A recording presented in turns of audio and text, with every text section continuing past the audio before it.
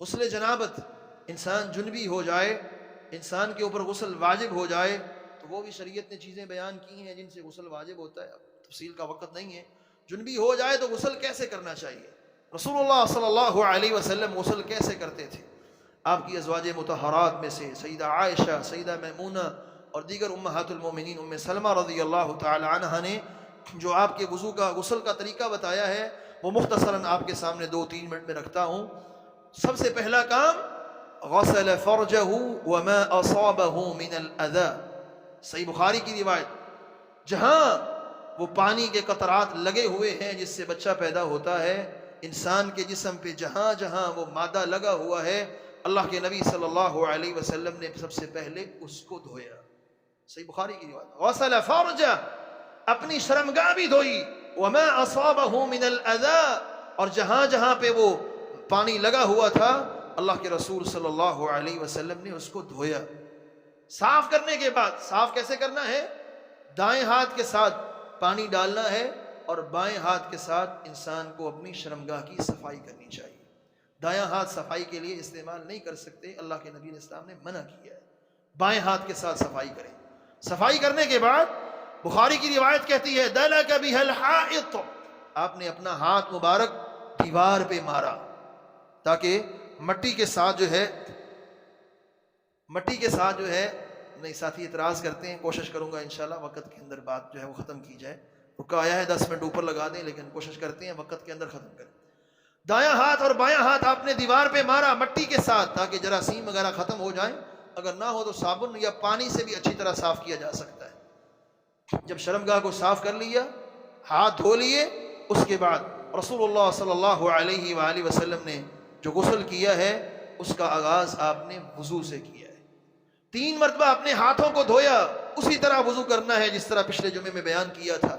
اور پھر کلی کی اور ناک کو جھاڑا۔ جب وضو کرتے کرتے رسول اللہ صلی اللہ علیہ وسلم ہاتھوں کے دھونے تک پہنچے، یہاں سے آگے تھوڑا سا طریقہ مختلف ہو جائے گا، وضو کرتے کرتے جب ہاتھ دونوں کوہنیوں سمیت دھو لیے، اب یہاں سے وضو کا طریقہ ختم ہو جائے گا، اب یہاں سے ایک الگ چیز ہے، وہ کیا ہے؟ صحیح مسلم کی روایت بیان کرتی ہے رسول اللہ صلی اللہ علیہ وآلہ وسلم نے کیا کیا؟ يدخل اصابعہ فی الماء، اپنی انگلیوں کو پانی کے اندر ڈبویا، ہاتھ کی دونوں انگلیاں پانی میں ڈبوئی۔ ڈبونے کے بعد اللہ کے رسول صلی اللہ علیہ وسلم نے یخلل بها اصول شعری، اپنے وہ گیلی انگلیاں جو تر کی ہیں پانی کے ساتھ، ان کو بالوں کی جڑوں میں اچھی طرح سے پھیرا بار بار، حتی اذا رآ انہ قد استبر، جب آپ کو یقین ہو گیا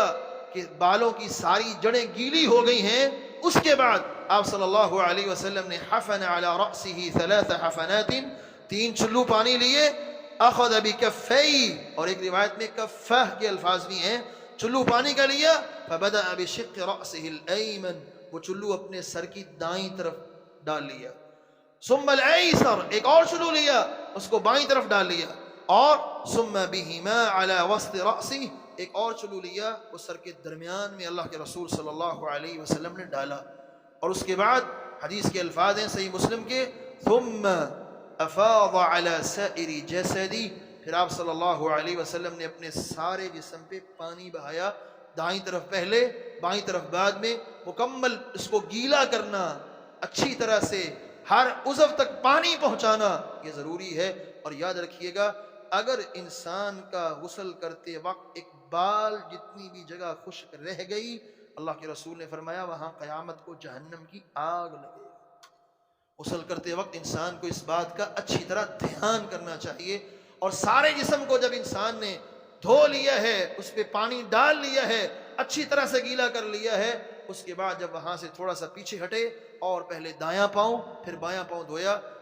یہ کرنے کے بعد اب اگر آپ صابن لگانا چاہتے ہیں، آپ شیمپو لگانا چاہتے ہیں، جو چیز بھی لگانا چاہتے ہیں وہ لگائیں، غسل شرعی آپ کا جو ہے اس طرح سے مکمل ہو گیا ہے۔ اللہ خالق و مالک سے دعا ہے اللہ رب العزت ہمیں صحیح معنوں میں طہارت کے احکام سمجھنے اور اس کے مطابق طہارت حاصل کرنے کی توفیق نصیب فرمائے۔ جو غسل انسان نے کیا ہے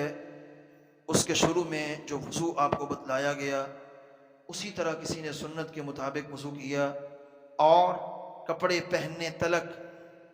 جہاں سے وضو سے غسل سٹارٹ کیا تھا اور جب کپڑے پہنے تھے، اس پورے وقفے میں اگر انسان کے لیے کوئی ناقض وضو نہیں پایا گیا، وہ آپ کو بتا دیے کون کون سے ناقض ہیں،